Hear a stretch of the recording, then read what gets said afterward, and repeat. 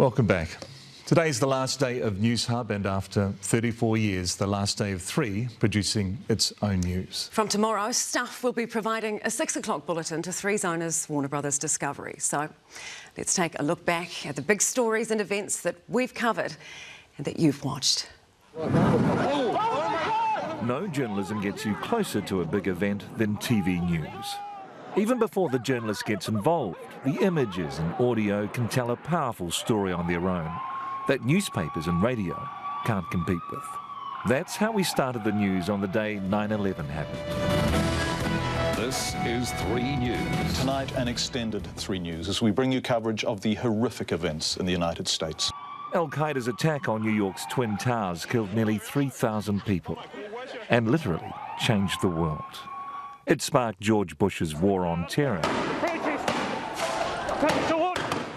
and with it a worldwide backlash against Muslims that had terrible consequences here in Aotearoa 18 years later. The death toll isn't known, but it's understood it is the worst shooting event in New Zealand's history. The Christchurch mosque attacks claimed 51 lives and left us all in disbelief. They are us. The person who has perpetuated this violence against us is not. Prime Minister Jacinda Ardern's response boosted her international reputation. But the arrival of COVID in 2020 presented her with another huge challenge. These decisions will place the most significant restrictions on New Zealanders' movements in modern history.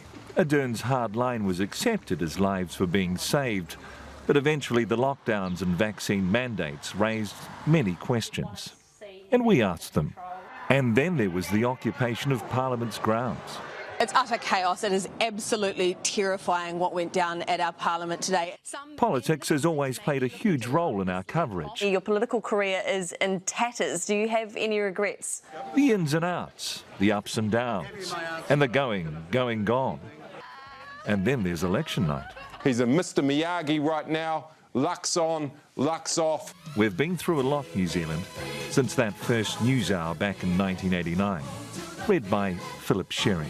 Good evening. An Auckland man is in prison tonight. Often we came together in times of tragedy, like our rolling coverage of the deadly Christchurch earthquakes.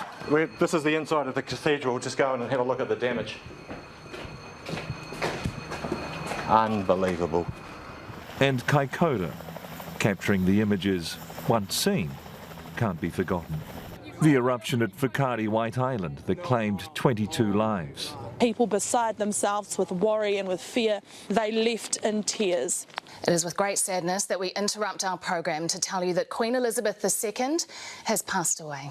And when Queen Elizabeth's remarkable reign came to an end, we brought you every moment. It's where a grateful London and the world say goodbye. There have been lighter moments too, with the touches of humour from reporters like Bob McNeil, now part of our DNA. Bob McNeil, 3 National News. We've travelled the world to bring you the biggest stories, from conflicts. We're just 10 kilometres from the border, the constant but faint rumble of artillery being fired in this direction. To natural disasters. She has a gaping wound in her leg. We've poured cold water on some extraordinary claims. You're providing them with false hope. What do you mean false hope? Well, the water doesn't do anything. And waded in as our neighbours, the lucky country, weren't so lucky. Everyone in Sydney is being asked to stay home tonight because it's becoming too unsafe on the streets. And through devastating tsunamis, typhoons and hurricanes. The wind is so strong, and I have to say, it's actually quite scary, and that's mainly due to things flying around. We've found a way to bring you the news. Today there is no way you can get a car through here. It's absolutely flooded. The only way through the streets is on an airboat. Climate change and weather event stories are now commonplace. But no one was ready for the devastation of Cyclone Gabrielle. What's Cyclone Gabrielle taken from your family? Everything. From first using a simple Māori greeting, Kia ora, good evening. we now regularly use te reo. E ngā mātā wakahuri noa tēnā koutou katoa. And like the language, our coverage has blossomed. How does it make you feel in your manawa, your heart sings? Well, some of our biggest sports stories have been some of our biggest news stories. The greatest team of like winning the Rugby World Cup. How good is this? Yeah, it's pretty crazy, man. Or finally getting back the old mug. Is that moment you've been dreaming of? Carries it around. And we've had some gold medal winning moments reporting on our greatest success. Oh, okay. I just celebrated with the men's pair. And in amongst all that passionate support, we were there and loving it. Up the wires. They're precious. We brought the big screen to the small screen, celebrating our most creative Kiwis.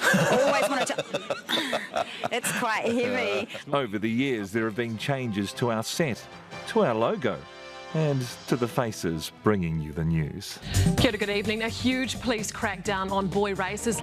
But in 34 years, we've never missed a bulletin, and we've loved bringing you the news.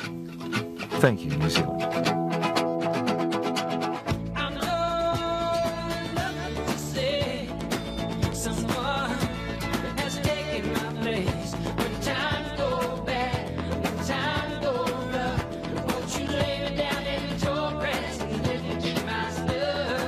Yes, hi Karen, that's right. I'm here from a car park, a television car park that you can see right behind me.